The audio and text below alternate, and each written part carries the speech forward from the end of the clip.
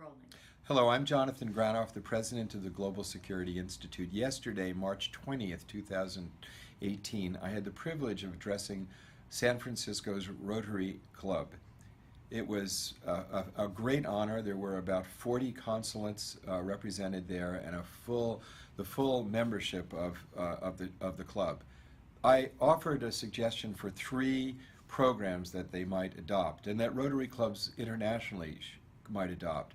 The first is to ensure that every secondary school child gets a copy of the Universal Declaration of Human Rights, that we encourage the creation of a General Assembly resolution calling on ministers of education and appropriate educators to make sure that every child knows what their rights are, because human rights take place in a web of relationships in community. And so that, well, just imagine, for example, if 10 years ago all of the students in Myanmar had studied the Universal Declaration of Human Rights. I don't think I have to explain the great value of that.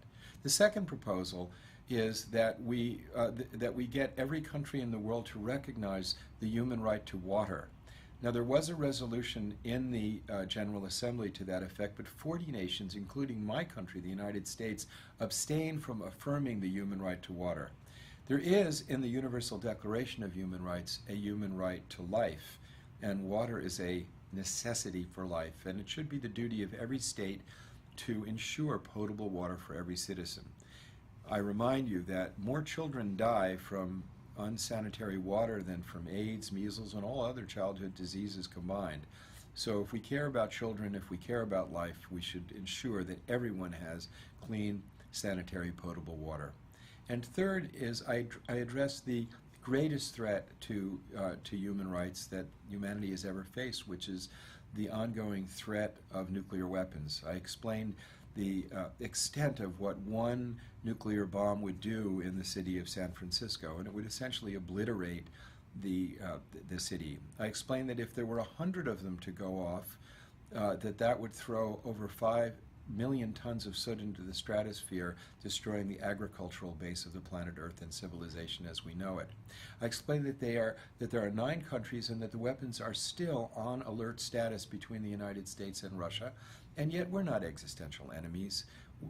There's nothing that would warrant this kind of threat. So it's time that we walk down the ladder and move toward a nuclear weapons-free world, lowering the operational status of the weapons, committing to obtaining a legal instrument universally and legally verifiably banning them, pledging never to use them first, bringing into force a test ban treaty.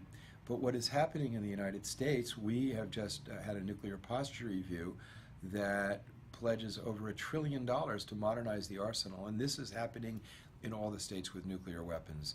This is an arms race about to begin, and we don't know what the finish line is. The finish line of this arms race is unspeakable. So I called upon Rotary clubs to establish a special commission to address the threat of nuclear weapons and how we might move to eliminate them.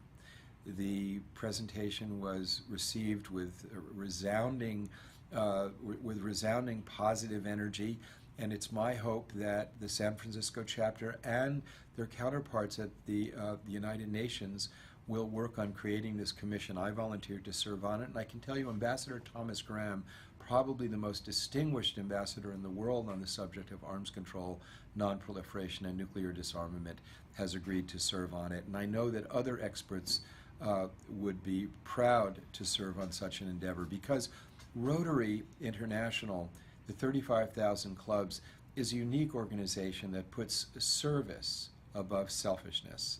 And it is exactly that attitude that is necessary to save the world. Thank you very much.